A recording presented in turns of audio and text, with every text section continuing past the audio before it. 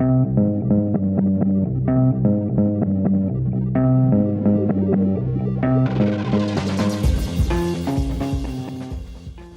knows about Supreme, alright? So what other brands are there that are similar to Supreme or also have, some really interesting additions to the streetwear market? So I'm going to be listing a couple other brands besides Supreme that you should know about or are worthwhile in looking into if you're interested in streetwear. So the first one I want to talk about is Palace, and if you know about Supreme, you most likely know about Palace just because Palace is basically the UK or like European version of Supreme. I think they're based in London, I want to say, which is where they originated, but they now have a shop in New York as well.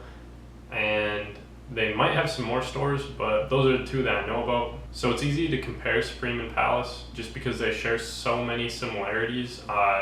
Can see that between the drops, clothing style choices, I guess, and the prices, exclusivity, I don't know, whatever. So let's start off.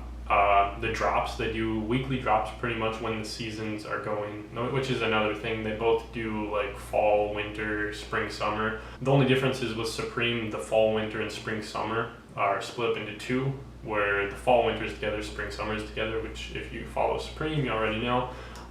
But yeah, Palace does each one individually, but there aren't really any gaps like there are with Supreme between the spring, summer, and then the fall, winter. But they do have hiatuses that they go into around the same time that Supreme does, which also makes them that much more similar. So their styles are pretty similar. They're both skateboarding brands, so they rely heavily on these skateboarding styles and like skateboarding-esque older style products. Now with Palace originating in Europe, a lot of their stuff does kind of have that European vibe to it, which is kind of hard to explain, but if you look at their stuff compared to Supreme, you'll be able to pick up on these differences pretty easily. So moving on from the drops themselves and the content within the drops, one big difference between Supreme and Palace is the collaborations.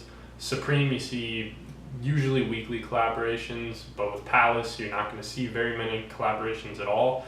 Usually they do like a Gore-Tex collab, and then each like collection, like spring, summer, fall, winter, they'll do a collaboration with Adidas, which is usually super hyped.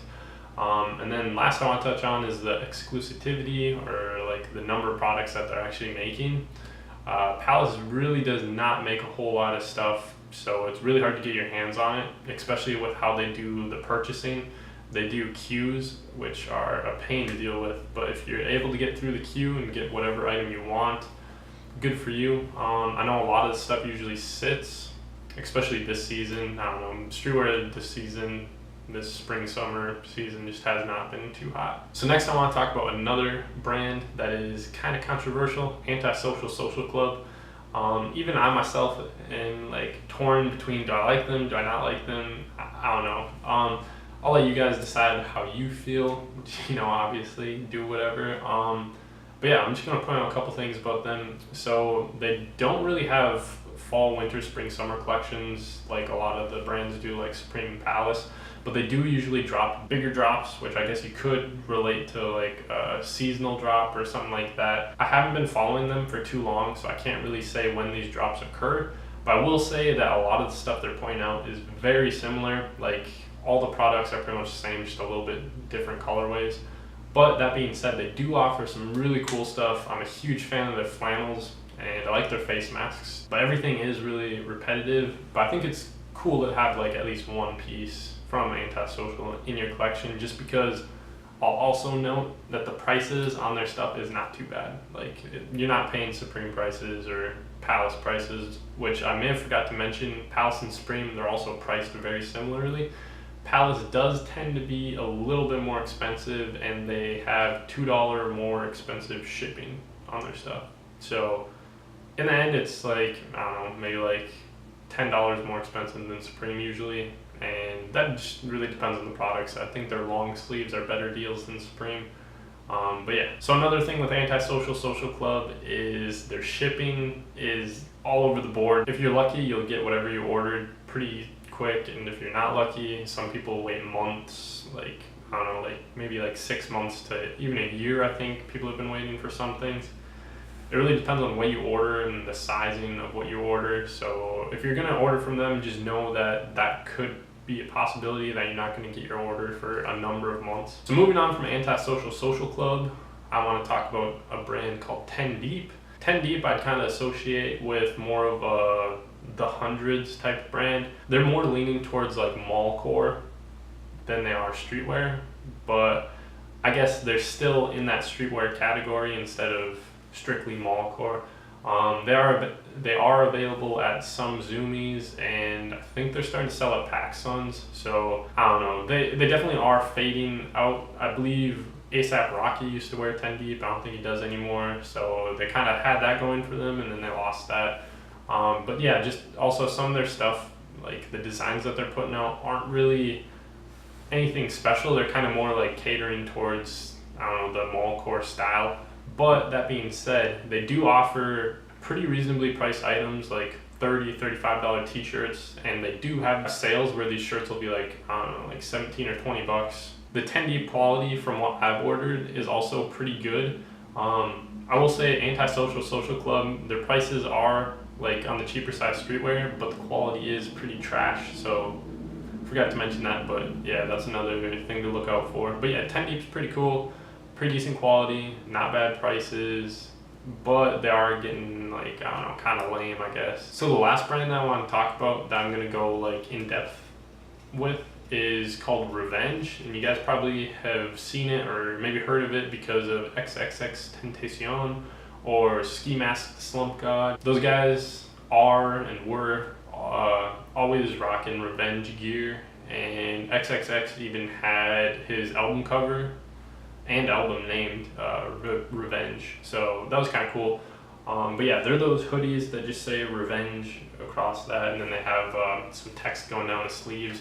But yeah, this guy actually drops a lot of stuff, or a lot of different stuff other than just that. He even did some custom denim jackets. Like, I think he went out and thrifted denim jackets and then put Revenge across the back and did like some distressing or something. So he does have drops like that, which I think that's really cool.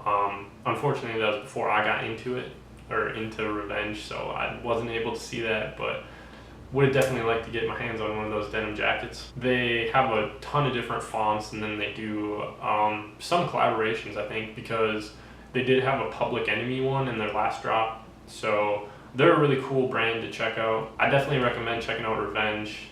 I think they're awesome. Their drops are pretty spread out, and they don't really contain a whole lot of stuff in them. They're pretty sparse, just like, I don't know, maybe like 10 items or so. But from what I can tell, the quality is pretty good, and the shipping doesn't seem bad either. So it sounds like a pretty awesome brand, and I'm really trying to get my hands on some of it sometime soon. So that's pretty much it for the brands that I wanted to talk about. Honorable mentions go to Born and Raised and FTP. If you guys want, you can check that out. I'll try to put links for all the brands I talked about in the description, even FTP and Born and Raised. And then also just like, I don't know, Levi's, Guess Denim, Tommy Hilfiger, they have awesome sales. So if you just scrounge through that stuff, you're gonna find some stuff to put in your wardrobe. Apart from that though, there are a ton of streetwear brands, and you can find anything, even if it's not a brand itself, and you just like pick up a piece from, I don't know, like maybe you thrift a piece, or you find like a Vans tee that looks really cool and you distress it, or maybe you embroider it. I don't know, just add your own touch to it. It doesn't have to be a brand to be streetwear or look cool, you know, who cares? At the end of the day, it's all about what you think looks good. So if you like the brand, back them up, buy their stuff, buy whatever you think looks cool, wear whatever you want. And if you don't agree with the brands that I'm talking about, like a lot of people probably won't agree with Antisocial, and maybe people are thinking of like, oh, Bape and Off-White. And I really do like Off-White. I'm not a huge fan of Bape, but I didn't really want to talk about Off-White because the prices are just so high. Like, that's pretty unreasonable, and they're pretty much more like high fashion more than streetwear, just because of those outrageous prices. But yeah, that's about it. I hope you guys enjoyed the video. If you did, leave a like. I don't know, comment down below if you have any brands that you think I should check out. But other than that, thanks for watching. I'll see you guys later. Sever her bonds, you take the wheel, I lost control, ayy. She did it all for some clarification that you never know. Ayy, give it the rest, best chest of the bastard could offer was the sacrifice of his